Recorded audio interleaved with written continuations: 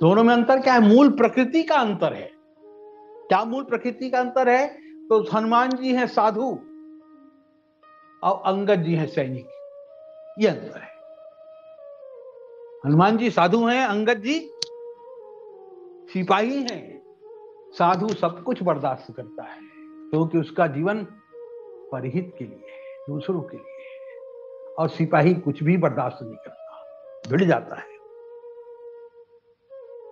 हनुमान जी को रावण ने क्या नहीं कहा? ये साधु की प्रकृति है। देखें अति असंख्य सठ तो ही सठ।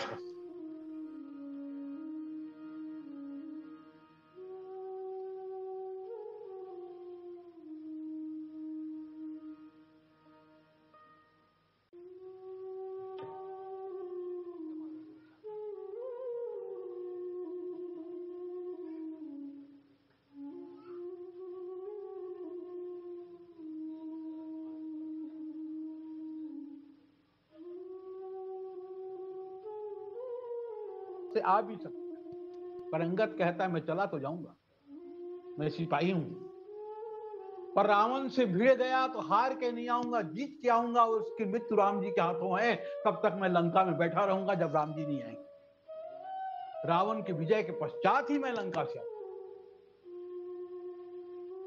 ये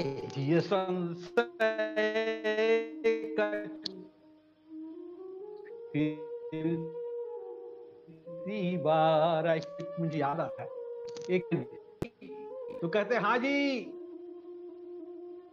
सिपाही और संत की बात है। कोई कहता चौबे जी, तो कहता हाँ जी, और कोई कहता चौबे बोलबे, ये बोलता ये अंगद जी बोलबे वाले। तने बुद्धि बल गुण धामा, अलंका जाहु तात मम कामा। बहुत बुझाई तुम ही का कहूं, अपरम चतुर मैं जानत अहूं। काजु हमारु तासुहित होई, रिपुसन करेहु बतक ही सोई। अंगद कुछ है, स्वयं सिद्ध सब काज नाथ मोहि आदर दे। आदर देना, आर्डर देना। आपने मुझे आदेश दे दिया अपना प्रतिनिधि का। और राम भक्त का सबसे बड़ा लक्षण यही है। जैसे हनुमान जी ने कहा, हनुमान जी जब गए, अस कही नाई सबनी कहूं माथा। अंगद जी बंदी चरण उरधरि प्रभुताई, और अंगद चले वो सब ही सिरनाई। अंगद जी लंका में पहुंच गए। गोस्वामी जी लिखते हैं, रन बांकुरा बाली सुत बंका, और प्रभु प्रताप उर सहज असंका। बंका बहुत अच्छा शब्द है। भगवान के प्रताप को हृदय में रखा, निर्भय हुए। और बंका का अर्थ होता है बांका। अभी अभी जिसकी मूछ की रेख निकली हो। रामा दल में सबसे छोटा अगर कोई था, कम उम्र का, तो अंगद ही था। इसीलिए गोस्वामी लिखते हैं बंका। शान से लंका की गलियों में जा रहे हैं अंगद। गोस्वामी जी लिखते हैं, पूर्व पैठत रावण कर बेटा, खेलत रहा सोई गए बेटा। किसी ने कहा ये वही वाला बंदर आया है, फिर आ गया है लंका में। एक ने कहा अब क्या जलाएगा, जो जलाया है वही ठीक नहीं हुआ है, अब जलाने को तो कुछ बाकी नहीं रहा। तो एक ने कहा जलाने नहीं आया है, तब जो जल के मरे हैं उनकी तेरही में आया है।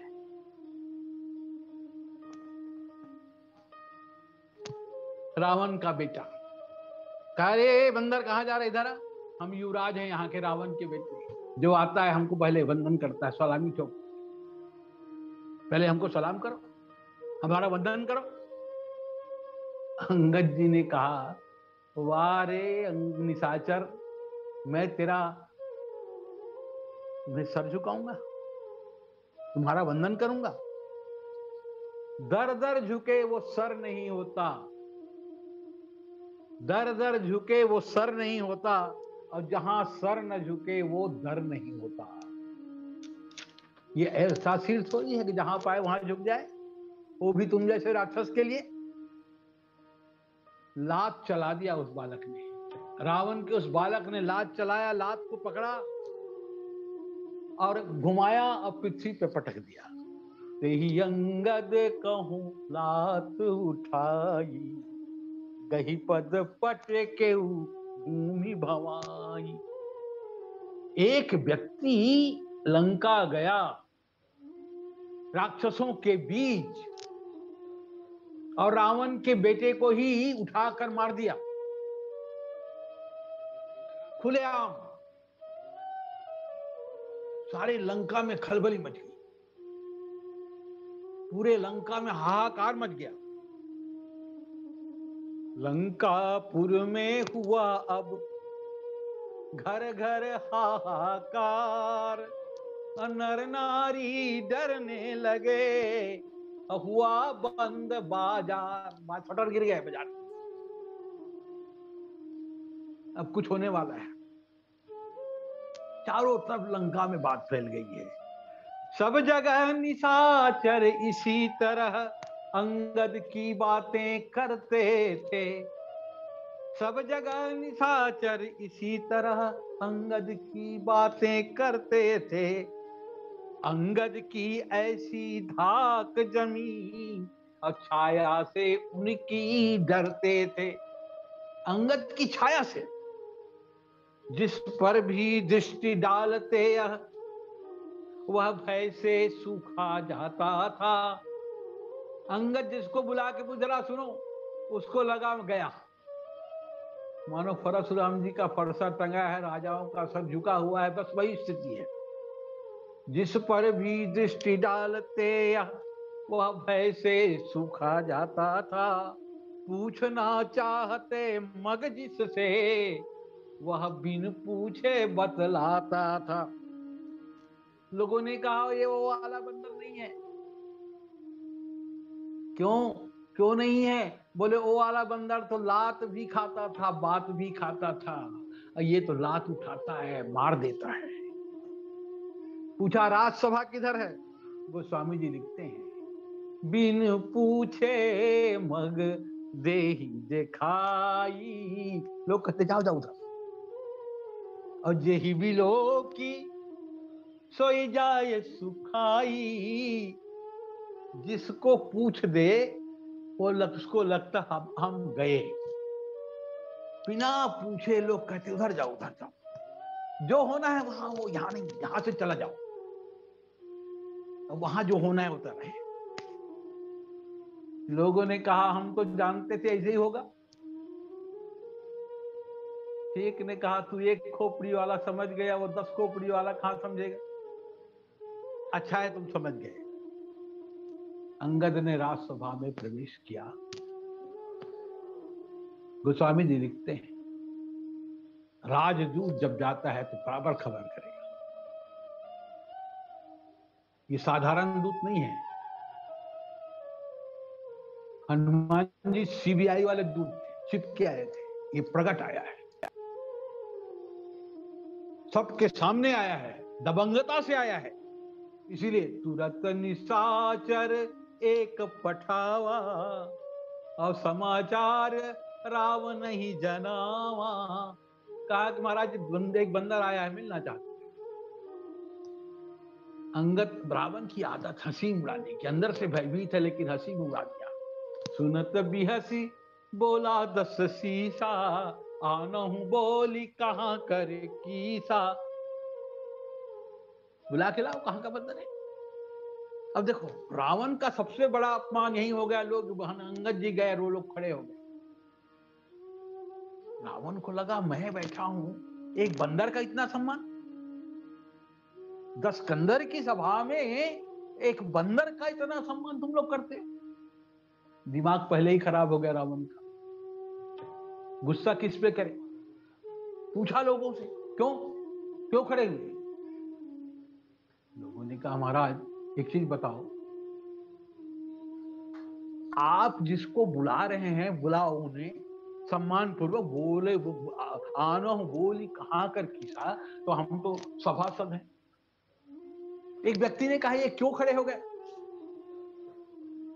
कि इसलिए खड़े हो गए अगर कहीं वही वाला लंका जलाने वाला बंदर हुआ तो हम लोग 9-2-11 भागेंगे यहां से। इसलिए पहले ही सम्मान देने के बहाने खड़े हो गए। गोस्वामी जी बहुत बढ़िया लिखते हैं। यथा मत गज जूथ मह पंचानन चली जाई, राम प्रताप सुमिरी मन। सभा का मर्यादा का पालन के बैठ सभा सिर नाई। अंगद जी ने सबको सिर झुकाया। रावण ने पूछा, बैठ गए अंगद जी भी सब बैठ गए। तो रावण ने पूछा कह 10 कंद कवन तय बंदर। अंगद जी को लगा इतना ओछी बात करता है, परिचय पूछ लेता। मैं राजदूत हूं, परिचय लेके आया हूं, राम जी ने भेजा है, परिचय पत्र हाथ में दे दिया हूं, तब इनको मेरे नाम से सम्मान करना चाहिए। इतना सभ्य रावण। तो अंगद जी ने फिर क्या किया, उसी की भाषा में जवाब दिया, मैं रघुवीर दूत 10 कंदर। ये 10 कंदर रावण की हीनता कमजोरी का संकेत अंगद जी करते। 20 भुजाएं हैं तो 20 कंधे होना चाहिए, 10 ही हैं। अपंग है तू। रावण के इस अपंगता का संकेत है, मैं रघुवीर दूत 10 कंदर। रावण भी समझ गया ये अलग वाला बंदर है, वो वाला बंदर नहीं है। अब सभासद की कौन कहे, रावण भी चुप। सभा में पिन साइलेंट। देखो रावण और अंगद का कोई संवाद नहीं है, अपने अपने पक्ष को मजबूत करने के एक दूसरे का प्रतिवाद है। वो कहता है मैं शेर, तो वो कहता है मैं 1.25 शेर, तू 1.25 शेर तो मैं 2.5 शेर। बस यही वाली बात है। जैसे आजकल टीवी में होता है ना, 2 पक्ष के नेता बैठते हैं, डिबेट। मुझे तो लगता है ये रावण और अंगद का डिबेट है। पूरे प्रकरण में देखो, या तो रावण ने बोला है या अंगद ने बोला है, किसी तीसरे ने कोई आवाज ही नहीं दिलाई। बहुत बढ़िया डिबेट है। अंगद ने कहा आप पूछ नहीं रहे मेरे को मैं कौन हूं, क्यों आया हूं। नहीं पूछ रहे, मैं ही बता देता हूं। मम जन कही तो ही रही मिताई, और तव हित कारण आयऊ भाई। मेरे पिता से आपकी मित्रता रही है, इसीलिए आया हूं आपके हित के लिए। मेरे पिता के मित्र आप, अंगद जी कहते हैं मेरे पिता के मित्र आप, इस कारण मिलने आया हूं। अवसर विशेष के योग्य बात कुछ कहने सुनने आया हूं। अवसर, रावण तुम कहोगे नहीं जानते मुझे, पर मैं तुम्हें जानता हूं, और मैं तुम्हें ही नहीं तुम्हारे पूरे खानदान को जानता हूं। अंगद के पास परफेक्ट जानकारी है। और वहां से शुरू करते, उत्तम कुल कुलस्त करनाती अशिव विरंची पूजे वो बहु भांति। तुमने महुआ सीता का हरण किया है। शर्त भी रखा, इसकी चर्चा इसके पूर्व प्रवचन में उन लोगों ने किया था। मैं संक्षेप में, क्योंकि क्रम में आ रहा है, संक्षेप में बता दूं। अंगद ने कहा मेरी शर्तें हैं, मान लो तुम्हारा हित हो जाएगा, राम जी के शरण में जाओ। और मेरी तुलसीदास जी की भाषा में तो चर्चा हुई है, अब मेरी भाषा में सुनिए। तुम दांतों में तीन धरो और गले में कुठार सजाओ, तुम शरण सब नर नारी को ले चलो संग, लंका को नारी जनाओ तुम। श्री सीता जी को आगे रखकर प्रभु के चरणों में जाओ तुम, और आर्त भाव से करो विनय और प्रभु से अभय पा जाओ। कठिन शर्त इसलिए रख दिया था, रावण तैयार मत। पर अंगद ने पूछा, अच्छा एक चीज बताओ। रावण ने पूछा, कहू निज नाम जनक कर भाई, के ही नाते मानिए मिताई। अपने पिता का नाम बताओ, किस नाते तुम्हारे पिता मेरे मित्र थे?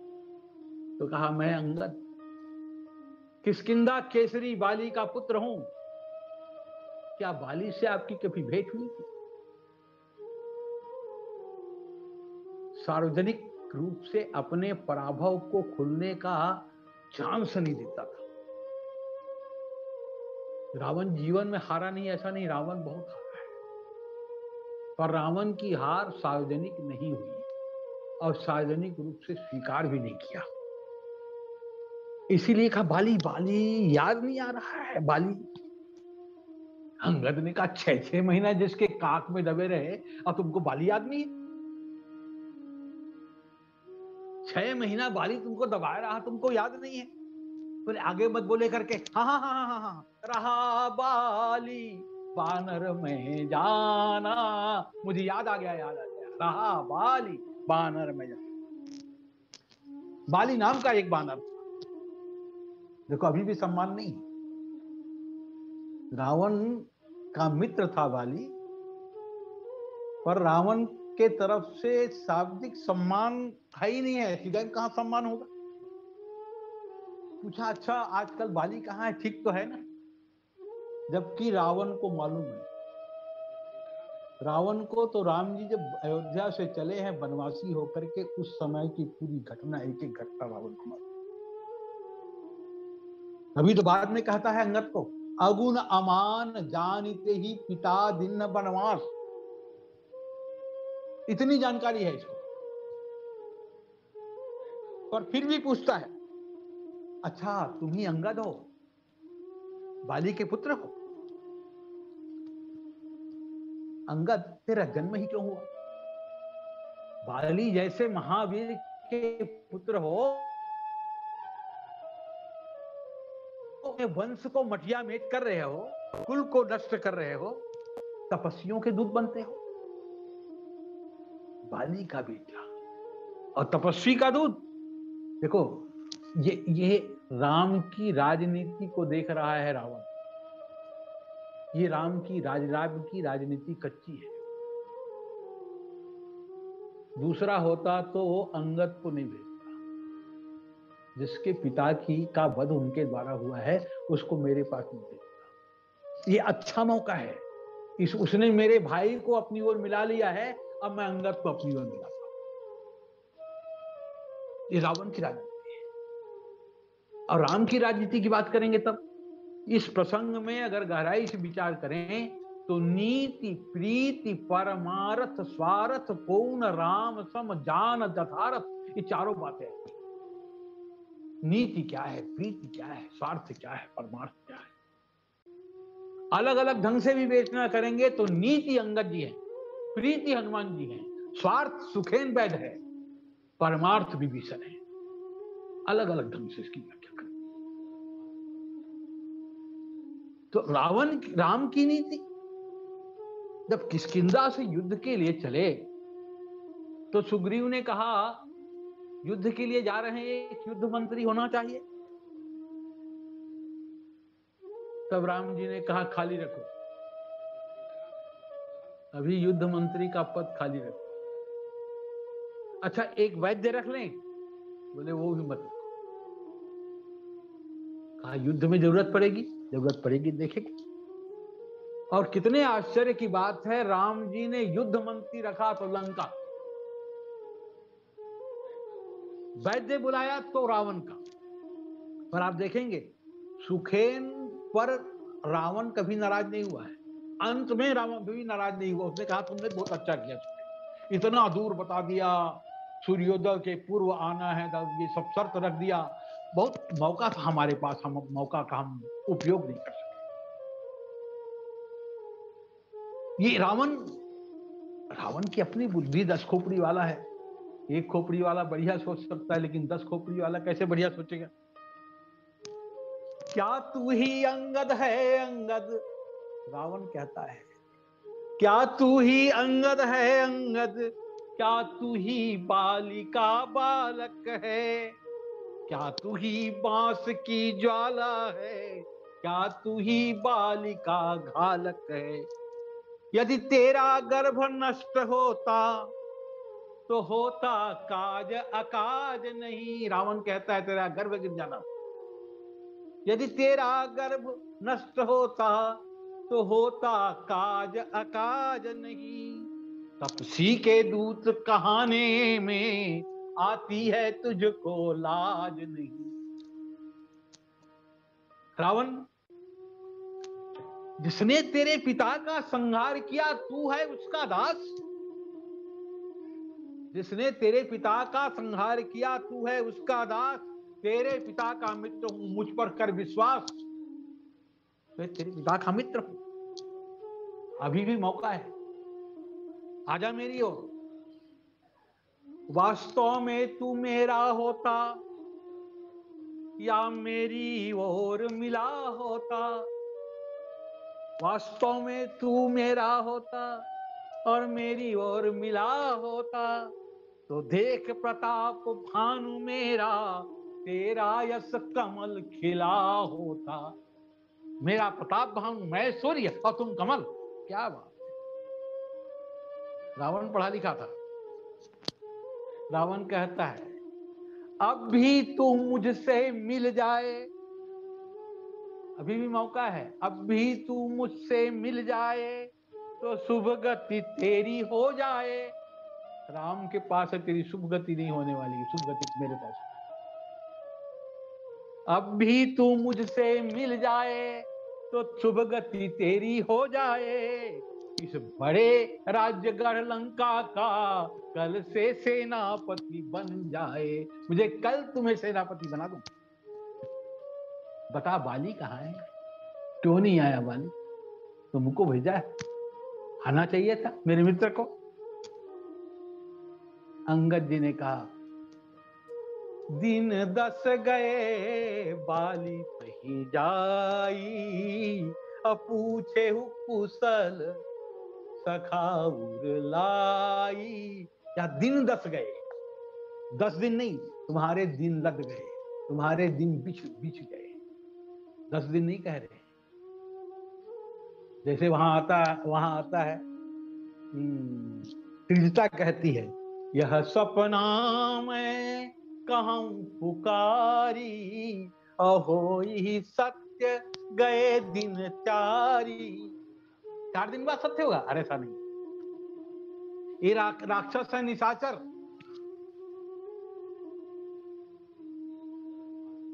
और बंदर जो आया है ये है दिनचर।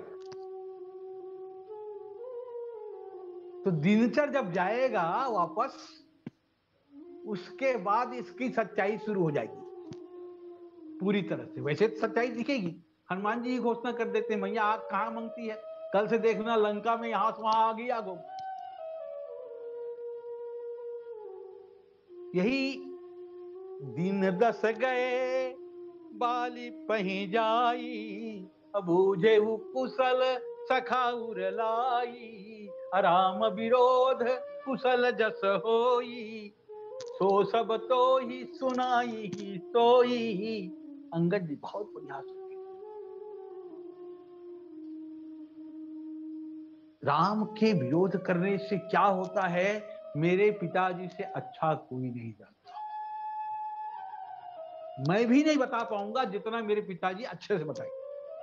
और यहां मुलाकात होगी नहीं, वहां जाके मुलाकात करना, बता देंगे, क्योंकि तेरा भी वही हाल है। अंगद जी कहते हैं देखो, मैं आया हूं राजदूत बनकर, बोल रहा हूं कालदूत बनकर, और जाऊंगा रामदूत बनकर। बोले सियावर रामचंद्र की जय। समय हो गया है मेरे ख्याल से, पटेल जी। जी जी ओके, समय का। जी जी महाराज जी, 1 मिनट। बोलिए सियावर रामचंद्र की जय। बहुत बहुत धन्यवाद, आनंद आ गया महाराज जी।